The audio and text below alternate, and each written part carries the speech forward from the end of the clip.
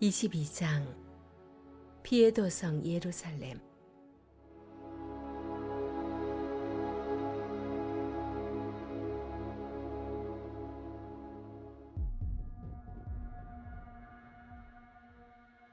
하나님의 메시지가 내게 임했다. 사람의 아들아, 피비린내 진동하는 저 도성을 심판하려느냐? 네가 심판하겠느냐? 그렇게 하여라. 그 성읍 사람들이 저지른 역겨운 짓을 그들 코앞에 들이대어라. 그들에게 전하여라. 주 하나님께서 말씀하신다. 뼛속까지 살인자인 도성아, 너는 매를 벌었다. 우상에 빠진 도성아, 너는 스스로 부정해졌다. 손에 피를 묻히며 죄를 쌓았고 우상을 만들어 자신을 더럽혔다. 스스로 명을 제척한 너, 내가 너를 문민족의 놀림거리, 온 세상의 웃음거리로 만들리라.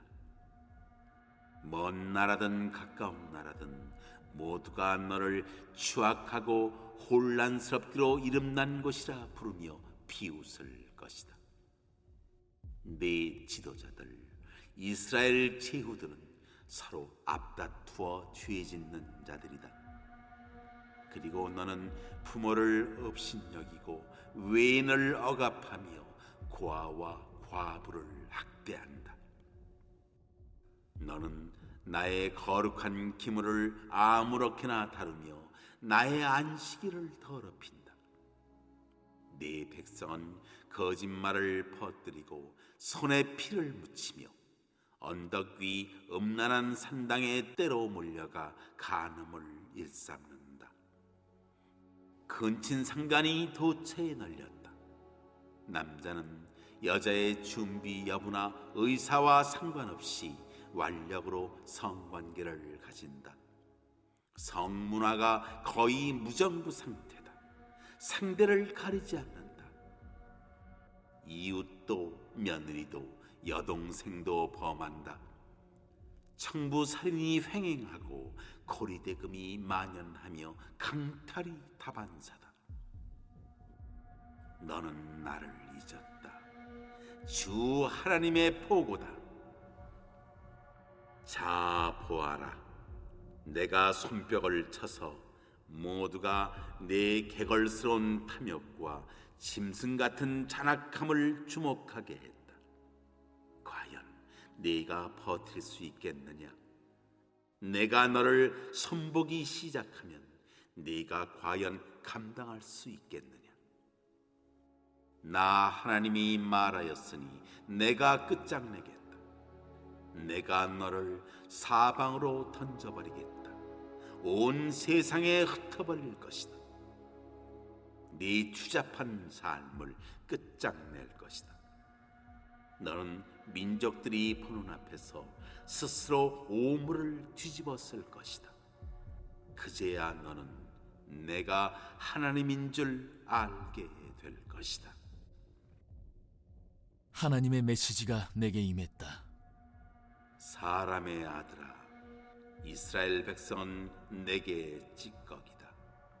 용광로 안에서 구리와 주석과 철과 납을 정렬하고 남은 쓰레기, 무가치한 찌꺼기 덤이다.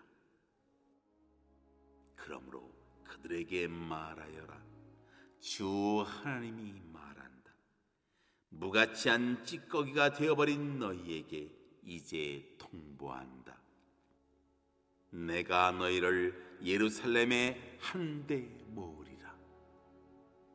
사람들이 은과 구리와 철과 납과 주석을 용광로 안에 모아놓고 불을 뿜어 녹이듯이 내가 나의 진노로 너희를 모아 녹일 것이다. 나의 진노의 불을 뿜어 너희를 용광로 안에서 녹여버릴 것이다. 은이 녹듯 너희가 녹을 것이다. 그제야 비로소 너희는 나 하나님이 나의 진노를 너희에게 퍼부었음을 깨닫게 될 것이다. 하나님의 메시지가 내게 임했다. 사람의 아들아, 유다에게 말하여라. 너는 나의 진노로 인하여 비 한 방울 내리지 않는 땅이다. 눈이 벌겋게 충혈된 네 지도자들은 으르렁거리며 달려들어 닥치는 대로 물어뜯고 죽이는 사자떼와 같다. 강탈을 일삼는 그들이 휩쓸고 간 자리에 무수한 과부들이 남았다. 네 제사장들은 나의 법을 어기고 나의 거룩한 기물을 더럽혔다.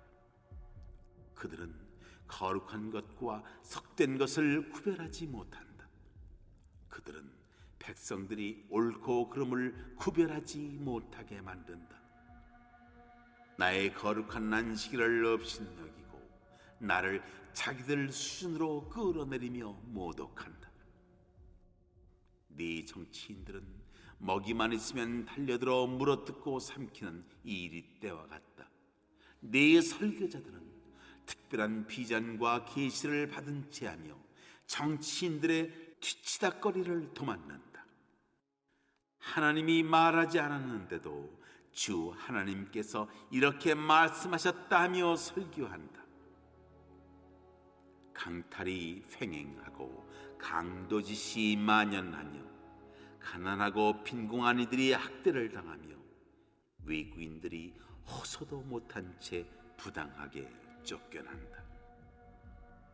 나는 이 모든 일에 맞서서 도성의 성벽을 보수하고 무너진 성벽의 틈에 서서 내가 이 땅을 멸망시키지 못하게 막아줄 누군가를 찾았다. 그러나 그런 자는 없었다. 그런 자를 한 사람도 찾지 못했다. 그러므로 나는 그들에게 나의 진노를 쏟아부을 것이다. 나의 뜨거운 분노로 그들을 바싹 태우고 그들이 저지른 그 모든 행위의 대가를 치르게 할 것이다. 주 하나님의 보고다. 1절로 5절입니다. 예루살렘을 바벨론 왕의 칼에 넘기기로 결정하신 여호와께서 이 피 흘린 성읍, 피의 성읍에 그가 저지른 모든 가증한 일을 알려주도록 에스겔에게 명령하십니다. 여호와께서 예루살렘을 바벨론의 칼로 치실 때는 그러실 만한 충분한 이유가 있었습니다. 여호와께서 택하신 예루살렘이 피를 흘려 벌 받을 때를 재촉하고 우상을 만들어 자신을 부정하게 만드는 성이 됐기 때문입니다. 피 흘림과 우상 숭배가 예루살렘을 특징 짓는 표지가 됐습니다. 전자는 윤리적 악행을, 후자는 종교적 악행을 대표합니다. 사회적 폭력과 제의적 타락이 함께 고발됩니다. 하나님이 없는 명목상으로만 그분을 인정하는 예루살렘의 민낯이죠. 하나님은 예루살렘 성전의 지성소에 유폐당하시고 사람의 탐욕스러운 힘과 사람이 자신을 위해 만든 신이 주인 행세를 합니다. 예루살렘은 흘린 피로 죄를 짓고 자기가 만든 우상으로 자신을 부정하게 하면서 심판의 날을 앞당기고 정해진 심판의 연한을 다 채웠습니다. 네 날이 가까웠고 네 연한이 찼도다는 의역으로 직역하면 네가 네 날들을 가까이 오게 했고 네가 네 해들의 끝까지 갔다 입니다. 풍자적인 의미를 읽을 수 있죠. 예루살렘은 열심히 가증한 일을 저지르면서 여호와께서 빨리 심판해 주시기를 졸랐다는 뜻입니다. 노하기를 더디하시는 여호와께서 재앙을 내리지 않을 수 없게 쉼없이 피를 흘리고 우상을 섬겼습니다. 바벨론의 침략은 예루살렘이 자초한 재앙입니다. 여호와께서 예루살렘을 심판하시고 민족들의 치욕거리와 조롱거리로 만드실 것입니다. 땅의 모든 사람이 예루살렘을 이름이 더럽혀지고 혼란이 가득한 자로 조롱합니다. 어지러움이 많은 은, 소란이 큰 은으로 명성이 컸던 예루살렘이 피 흘림과 우상 숭배 때문에 혼란이 큰 성이 됩니다. 한마디로 하나님을 인정하지 않는 사회는 폭력과 거짓이 지배하는 자기 파멸적 사회가 됩니다. 6절로 12절입니다. 예루살렘을 피해 성으로 만든 가증한 일이 구체적으로 언급됩니다. 오경 법점은 특히 레위기 18장에서 20장에 나오는 계명들의 요약이 해당합니다. 전체 16개 고발 가운데 3개는 제의, 5개는 성적 윤리, 8개는 사회 윤리와 관련됩니다. 제의적 이탈보다는 가정과 사회의 질서를 파괴하는 불의에 초점이 맞춰져 있습니다. 18장의 경우와 비교해보면 성적 타락에 관한 언급이 많은 것을 볼 수 있는데 가정은 사회의 가장 기본 단위로 가정의 무질서와 붕괴는 필연적으로 사회의 무질서와 붕괴를 가져옵니다. 먼저 예루살렘에 자리잡은 이스라엘 모든 고관의 죄가 언급됩니다. 이들이 예루살렘의 타락과 멸망에 가장 큰 책임이 있었음을 시사해주죠. 여기에서 고관은 왕실에 속한 왕을 포함한 통치자를 가리킵니다. 최고 권력층에 속한 자들이 저마다 제 권력에 따라 피를 흘립니다. 오경 법조문에 상응하는 규정이 나오지 않는 유일한 고발이죠. 큰 권력을 가진 자나 작은 권력을 가진 자나 제 손에 있는 권력을 사적 용도로 사용합니다. 법을 책임진 자들이 정의와 공의에 따라 통치하지 않고 제 유익을 위해 권력을 임의로 행사합니다. 예루살렘의 법 질서가 그 유지와 준수를 위해 애써야 할 자들에 의해 무시됩니다. 둘째 고발은 무질서의 끝을 보여줍니다. 사람들이 아버지와 어머니를 업신여깁니다. 어른의 지위와 권위가 가정과 사회에서 인정받지 못합니다. 권력과 힘이 지배하는 사회에서 나이가 들어 쇠약해진 부모는 짐만 될 뿐이었습니다. 부모조차 무시하는 사회에서 다른 계명들이 지켜질 리 없었습니다. 출애굽기 21장 17절, 레위기 20장 9절, 신명기 27장 16절 참조하세요. 사회적, 법적 약자에 속하는 자들이 악한 사회의 희생물이 됩니다. 나그네가 학대를 당하고 고아와 과부가 억압을 당합니다. 고대 세계에서 지방과 친족의 보호를 받을 수 없었기에 이들의 권리는 쉽게 짓밟혀졌습니다. 특히 신명기 율법은 이들의 보호에 남다른 관심을 보입니다. 14장 29절, 16장 11절, 26장 12절, 27장 19절 등 참조하세요. 다섯째와 여섯째 고발은 제의적 타락에 관한 것입니다. 예루살렘은 여호와의 성물을 무시하고 그분의 안식일을 더럽힙니다. 고발의 구체적 내용은 불분명합니다. 전자와 관련해서는 화목제물의 고기를 규정에 따라 먹지 않는 것을, 후자와 관련해서는 사회 경제적 약자를 안식일에 쉴 수 없게 만들거나 제물을 위해 안식일을 지키지 않는 것을 생각해 볼 수 있습니다. 주어 너 예루살렘은 이러한 제의적 불법이 편만했음을 시사해 줍니다. 26절에서는 제사장들의 죄로 언급됩니다. 일곱째는 중상모략으로 남의 피를 흘리게 하는 자들에 대한 고발입니다. 이들은 제 이익을 위해 이웃을 불화와 분열에 빠뜨립니다. 여덟째, 산 위에서 제물을 먹는 자는 산당 제의에 참여한 자들을 가리킵니다. 이들은 산당에서 제사를 지내고 함께 음식을 나눕니다. 9절 하반절부터 11절까지 5절은 특히 집안의 성적 악행을 고발합니다. 도덕적, 성적 타락이 가족과 이웃의 기본 질서마저 완전히 파괴해버립니다. 계모와 성적 관계를 갖거나 생리로 부정한 여자를 범하기도 하고 이웃의 아내와 역겨운 짓을 저지르거나 며느리와 추잡한 짓을 하고 자기 아버지의 딸인 누이와 관계를 갖기도 합니다. 가족 구성원들이 서로를, 이웃과 이웃이 서로를 성적 대상으로 간주하고 음란을 즐깁니다. 성욕이 가정을 지배한다면 재판과 상업과 경제에서는 돈이 지배합니다.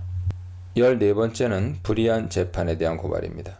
재판관은 뇌물을 받고 법을 왜곡하여 의로운 자의 삶을 파괴하고 부자는 변리와 이자를 받고 돈놀이하고 이웃을 억압하여 착취합니다. 여호와 보시기에 예루살렘의 부패와 타락은 총체적이었습니다. 왕궁과 가정과 사회 어디에도, 법과 제의와 윤리와 경제 어디에도 여호와의 계명은 없었습니다. 12절의 마지막은 이를 한마디로 요약하죠. 너는 나를 잊어버렸도다. 하나님이 없는 사회에서는 사람이 서로에게 주인이 되고 서로를 물건처럼 취급합니다. 자신을 기준으로 살기에 피 흘림과 우상 숭배가 문제되지 않습니다. 13절로 16절입니다. 멸망을 재촉하기에만 열심인 예루살렘에 하나님께서 그들이 원하는 대로 멸망의 심판을 선포하십니다. 16개의 죄악 목록이 불의를 행하여 이익을 얻는 일과 피 흘린 일로 요약됩니다. 다른 예언자들의 경우처럼 경제적 탐욕과 사회적 폭력이 심판의 주된 원인으로 언급됩니다. 손뼉을 치다는 적대적 반응을 보여주는 행위 같죠.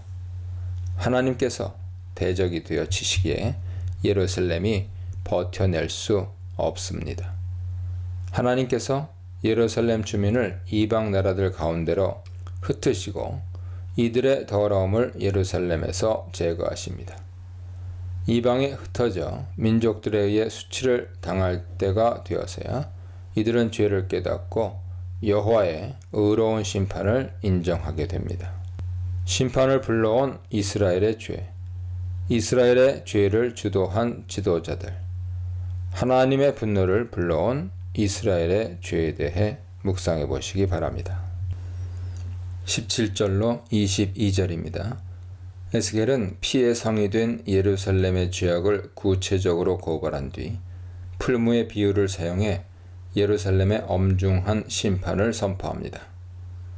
풀무불의 재련 과정은 불로 광석을 녹여 은이나 금속을 얻어내는 작업이기에 자주 하나님에 의한 연단과 시험의 비유로 활용되는데 에스겔에게는 심판의 비유가 됩니다.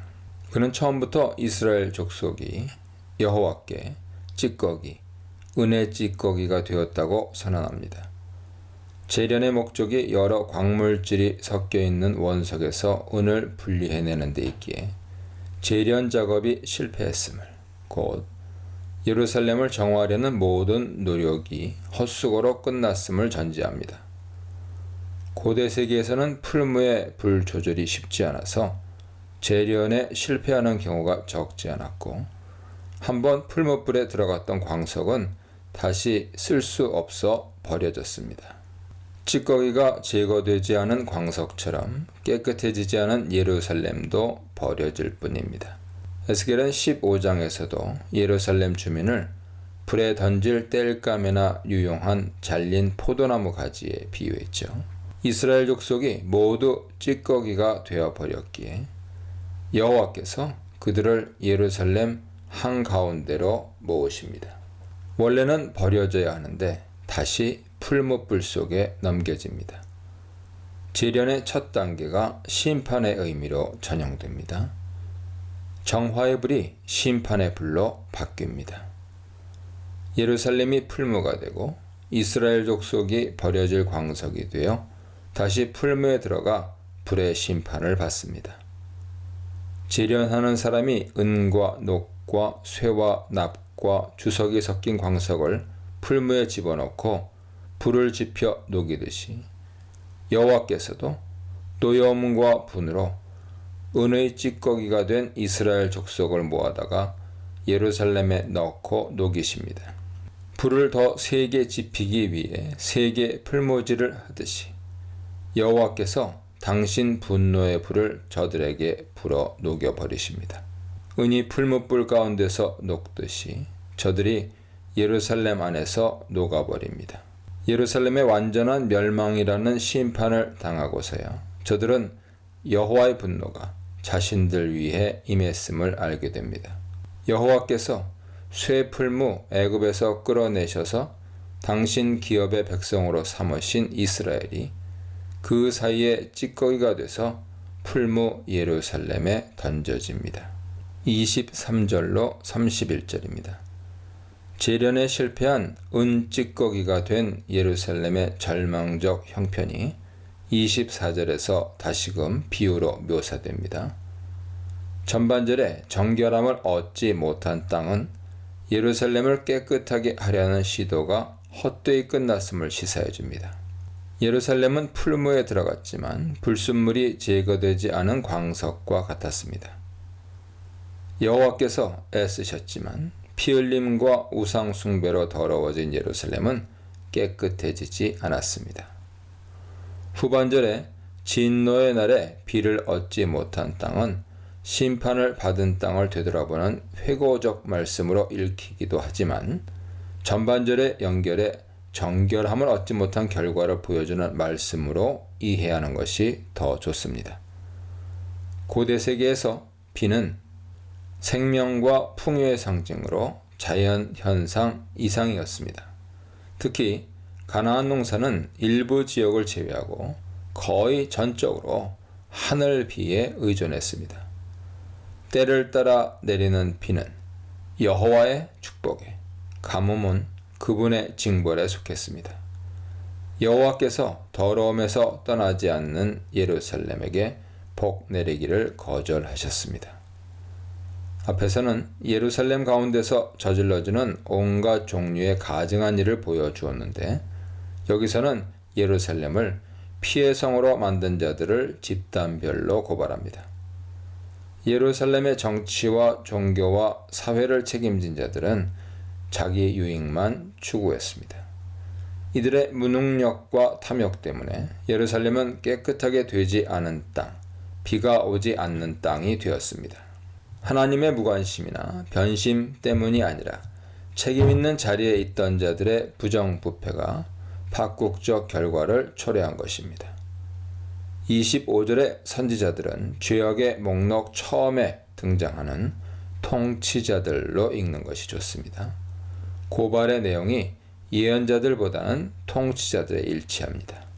반역으로 옮긴 퀘샤르는 정치적 모반을 가리키는 단어로 예언자에게 사용되는 경우가 없습니다. 사무엘하 15장, 열왕기하 11장, 이사야 8장, 예레미야 11장 참조하세요. 예언자들에 대한 고발은 28절에 나옵니다. 왕들은 먹이를 찢으며 으르렁거리는 사자와 같았습니다.